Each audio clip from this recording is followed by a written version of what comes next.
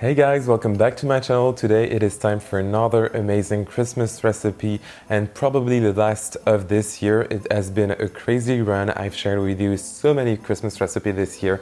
I'm super proud of myself and I'm really cannot wait for you to recreate those recipes and share a picture with me on social media.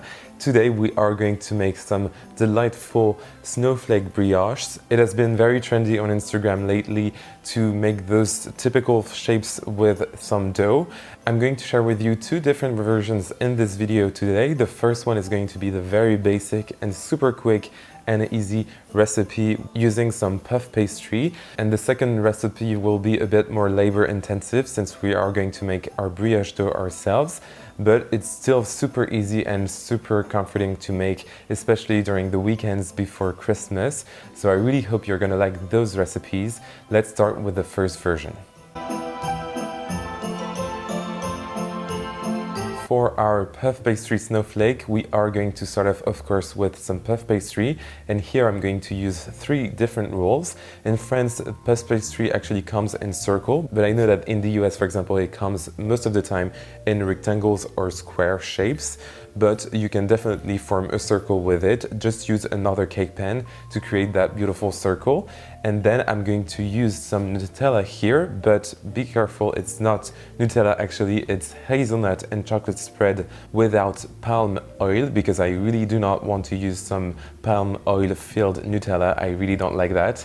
It's so not eco-friendly and so not what I want for my Christmas mood this year. So I'm using a beautiful hazelnut spread. I'm just going to spread it around using my spatula. Then you are just going to repeat this process using 3 different layers of puff pastry and hence 2 layers of hazelnut spread. Amazing. Now I'm just going to use my cake pan to just shape my dough, because actually my circles of puff pastry were way too big for the size of my oven. But if yours is bigger, of course you do not need to get rid of that extra dough. And then you are going to use a little knife and create some triangles. I'm creating here 16 triangles. And as you can see, I'm using a glass in the middle just to make sure that I'm not going all the way up to the center of the circle, since you need the pieces to stay attached together.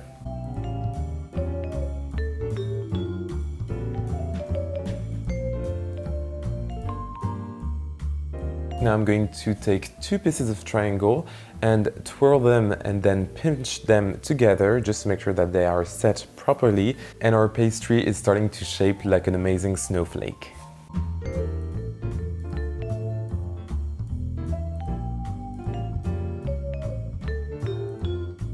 Right before baking, I'm just going to spread on there using a brush some Eggwash just to make sure that our pastry is super golden brown and looking fabulous, even more than it is already. And then we are going to bake our snowflake in our preheated oven at 210 Celsius, that's 410 in Fahrenheit, and I'm going to bake that for about 20 to 25 minutes or until it's super golden brown and crispy.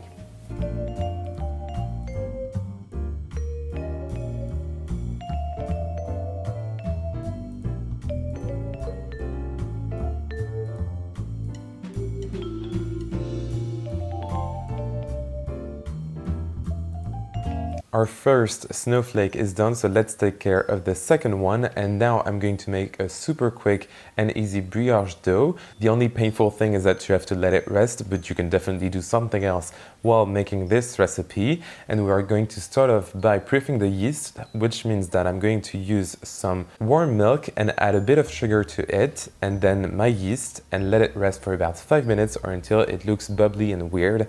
It will make sure that our yeast are working. Now for the dry ingredients, of course, I'm using a lot of all-purpose flour, to which I'm going to add some salt, and I'm also adding a bit more sugar to it.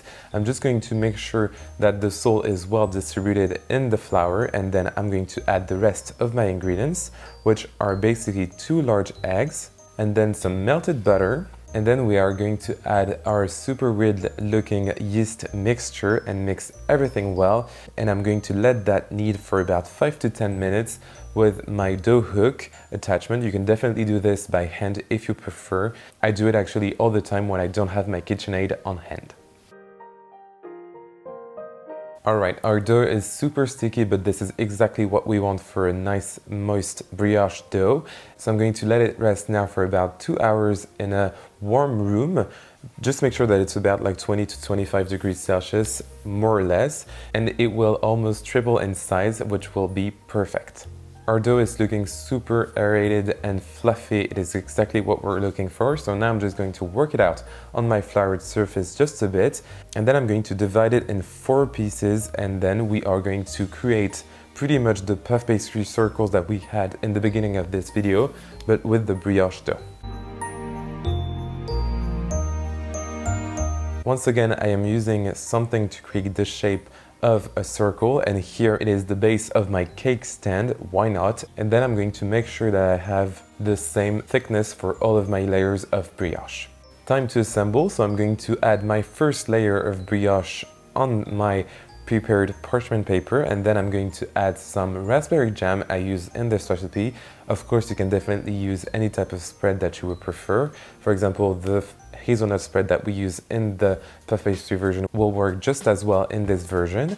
And I'm just going to do exactly the same thing, but this time I'm using 4 different layers of dough and not 3. And I'm going to add my raspberry jam between all of the layers.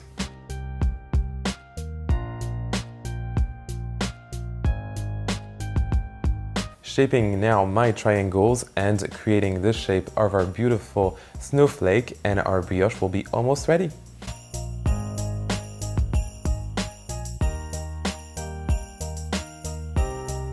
Now we have to let this rest once again.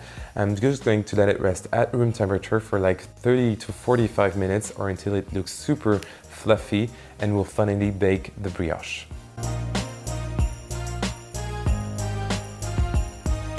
I'm just going to add a bit of egg wash on my brioche, and then we are going to bake it in our preheated oven at 210 degrees Celsius. That's once again 410 in Fahrenheit, and I'm going to bake it for about 30 to 45 minutes, or until golden brown on the sides. And if you lift one of the pieces of the snowflake, you should be able to see that it's also golden on the bottom of your snowflake, and then you can eat it while it's warm or even cold.